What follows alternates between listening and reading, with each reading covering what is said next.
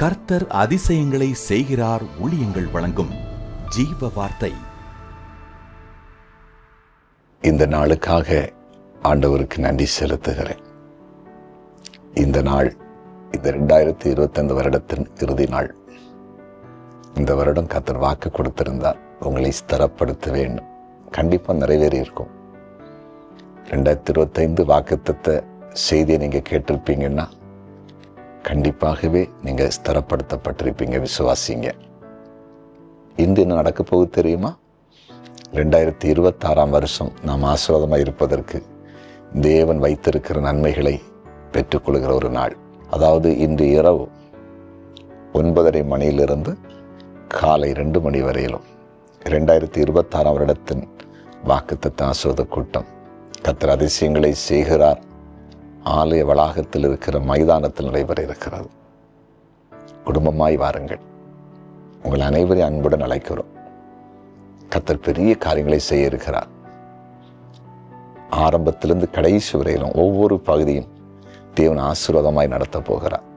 மேன்மை தரப்போகிறார். புதிய வருடத்தை தேவனுடைய பாதத்திலிருந்து ஆரம்பிப்போம். உற்றார் உறவினர்கள், நண்பர்கள், தெரிந்தவர்கள், பக்கத்து வீட்டுக்காரர்கள், ஊர் மக்கள் எல்லாரையும் கூப்பிட்டு வாங்க. எல்லாரும் அழைத்து வாருங்க. எல்லாருமே நல்லா இருக்கட்டும்.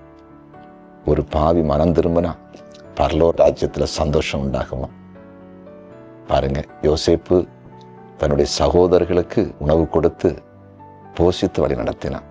அதே போல் நாம் அநேகருக்கு வழி காட்டுவோம், வழி நடத்துவோம். அழைச்சிட்டு வாங்க. சரியா? கர்த்தர் உங்களையும் ஆசீர்வதிப்பார். இந்த ஜீவாத்துக்கான வசனம் சங்கீதம் 23:5. என் சத்துருக்களுக்கு முன்பாக நீர் எனக்கு ஒரு பந்தியை ஆயத்தப்படுத்தி என் தலை எண்ணெயால் அபிஷேகம் பண்ணுகிறேன். என் பாத்திரம் நிரம்பி வழிகிறது. அருமையான ஒரு வாக்குத்தத்த வசனம். சத்துருக்களுக்கு முன்பாக ஒரு பந்தியை ஆயத்தப்படுத்தி தேவன் நமக்கு எதிராக இருக்கிற சத்துருக்களுக்கு முன்பாக பந்தி ஆயத்தப்படுத்துறாருன்னா நம்மை மேன்மைப்படுத்துகிறார். ஆண்டவர் ஒரு நல்ல கேரக்டர் பாருங்க. என் பிள்ளைகளை எதிர்க்கிறாங்களா? என் பிள்ளைகளுக்கு விரோதமாக பேசுகிறாங்களா? என் பிள்ளைங்களை அற்பமாக நினைக்கிறாங்களா? அங்கே தான் உயர்த்துவார். வேதத்தில் லேயாளை அற்பமாக நினைச்சாங்களா? அவளை கர்த்தர் ஆசீர்வதிச்சாராம்.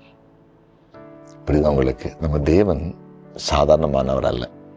வம்ச வரலாறுல தான் மெல்கிசேதேக்க ஒரு தேவ ஊழியக்காரனாக, ஒரு ராஜாவாக, ஒரு ஆசாரியனாக தேவன் ஏற்படுத்தினாராம். நம்ம ஆண்டவர் யாரு? எவ்வளோ பெரியவருங்க. சுற்றி எதிர்க்கிற கூட்டமா, குறை சொல்லுகிற கூட்டமா, பரியாசம் பண்ற கூட்டமா? பயப்படாங்க. நீங்க ஏசப்பாவுக்காக வாழுங்க. அவரை தேடுங்க. இல்லைன்னா உயர்த்தப்பட முடியாது. இன்னைக்கு ஒரு தீர்மானம் எடுத்துருங்க. இந்த வருஷத்தின் கடைசி நாள் அல்லவா? எதிரிகளுக்கு முன்பாக புதிய வருஷத்துல ஒரு பந்தி நமக்கு வேணும் இல்லை, ஒரு உயர்வு வேணும் இல்லை, ஒரு தீர்மானம். உங்களை ஒப்பு கொடுங்க. ஏசப்பா என்ன அர்ப்பணிக்கிறேன், உண்மை நான் தேட வேணும். இன்றைக்கு தீர்மானம் பண்ணுங்க.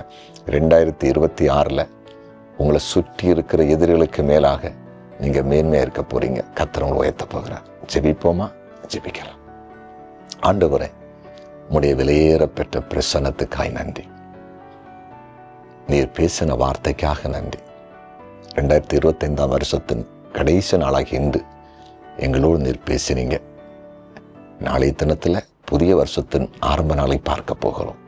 கர்த்தருடைய கிருபை எங்களை வழிநடத்தட்டும். ஒவ்வொருவரையும் வழிநடத்தட்டும்.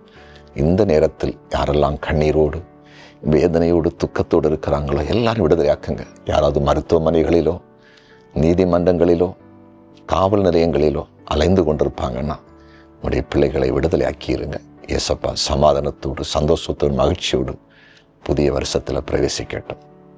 இன்றைய பிறந்த நாளை காண்கிற ஒவ்வொருவரையும் ஆசீர்வதிக்கிறேன். திருமண நாளை காண்கிற ஒவ்வொரு குடும்பத்தையும் வாழ்த்தி ஆசீர்வதிக்கிறேன். மேன்மைப்படுத்துங்க. இயேசுவின் நாமத்தில் பிதாவே.